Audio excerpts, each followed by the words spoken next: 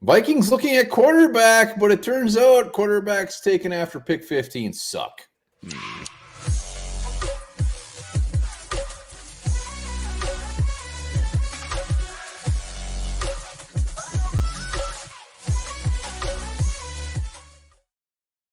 All right, welcome back to the Onebar and Lupagus show. I'm Onebar with Lupagus. Happy birthday, Lupagus. It's 3 years. 3 years from today where we had 0 subscribers. Hell yeah. Happy birthday to you as well. Yes, 3 years ago, I think I dropped an Andrew Thomas video that got about 11 views.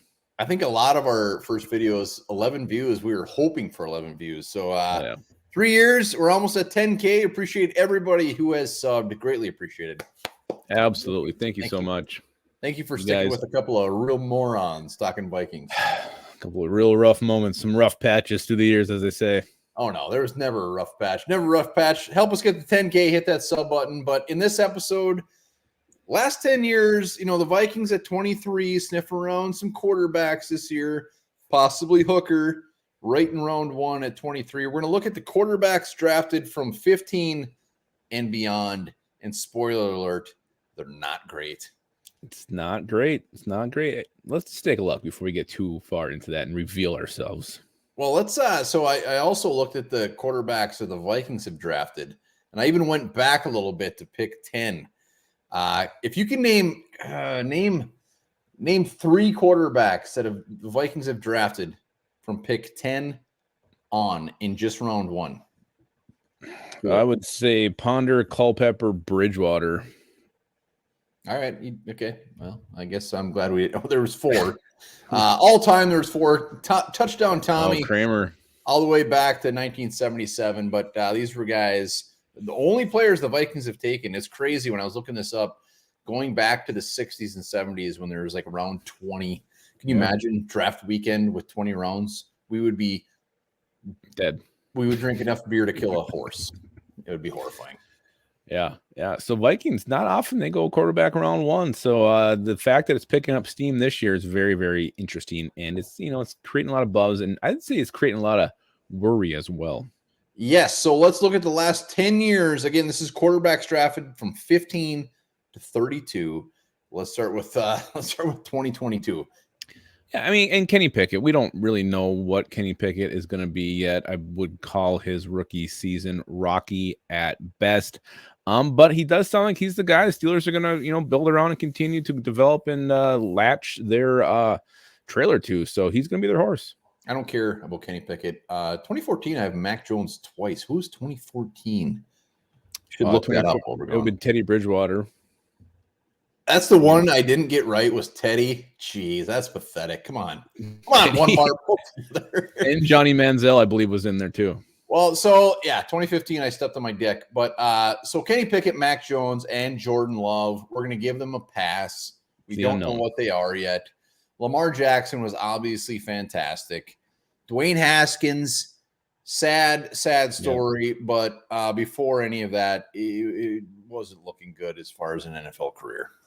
No, so I mean this tier here, you got the lone hit with Lamar Jackson at pick 32, which was a home run for the Baltimore Ravens.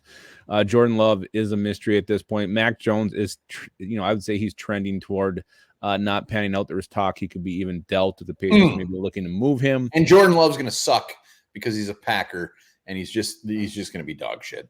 Yeah, and then Kenny Pickett unknown. So really, I mean, you got one here. You're 1 for 5 and some mystery. Yeah, and Kenny Pickett, rookie year, but didn't look overly fantastic. But let's go to the other side. Paxton Lynch was equivalent to a hungover shit by Lupagus. Yeah, he's not even good in the XFL. he's been cut, I think, by the XFL twice. He's been cut by every league possible.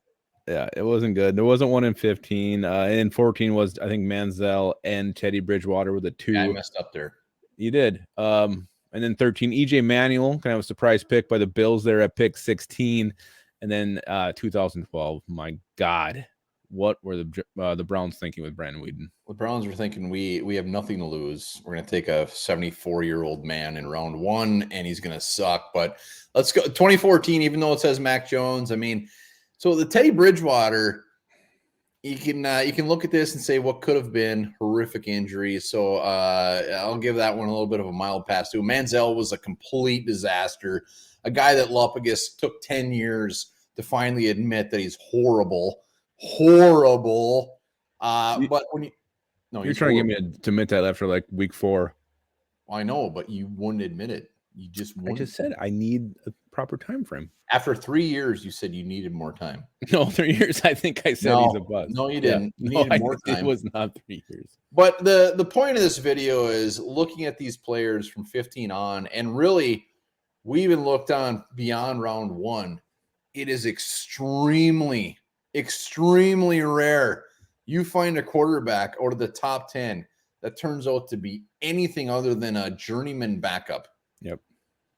Yeah. So, I mean, you look at the factors going against the Vikings, going with Hendon Hooker, obviously his age, the injury history, the fact that he doesn't, really do things on the fly. I think he had a percentage of when he's pressured, he takes a hit like 57% of the time, which is like an extreme outlier to the bad there. And then you factor in that you got history against this regime by going with a quarterback after pick 15.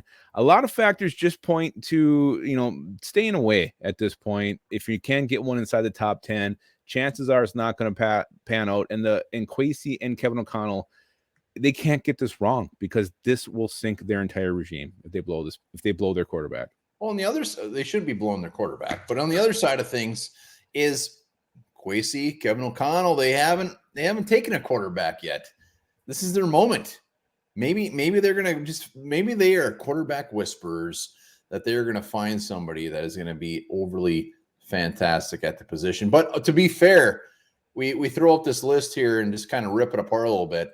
Even guys that are taken in the top 10 quarterbacks, it's still like 40%. I mean, it's a very low percent chance they actually pan out. So quarterback, dicey as hell, but even dicier when you're picking in the 20s. Extremely dicey again. So another reason why I think you'll be shocked if they actually pull the trigger, even though the buzz is building and a lot of signs are pointing to the Vikings actually potentially doing this. Yeah, I was looking at quarterbacks that were after round 1. And like you said, I mean, obviously you can say, Tom Brady's and stuff like that, but it's the Jimmy Garoppolos. There was a couple other ones. I mean, Carr comes to mind. Dak Prescott. Gardner Minshew. Well, you just love him more than anything, but it's pretty damn rare. So we'll see what the Vikings do. 23, Hendon Hooker. I mean, he would be the one.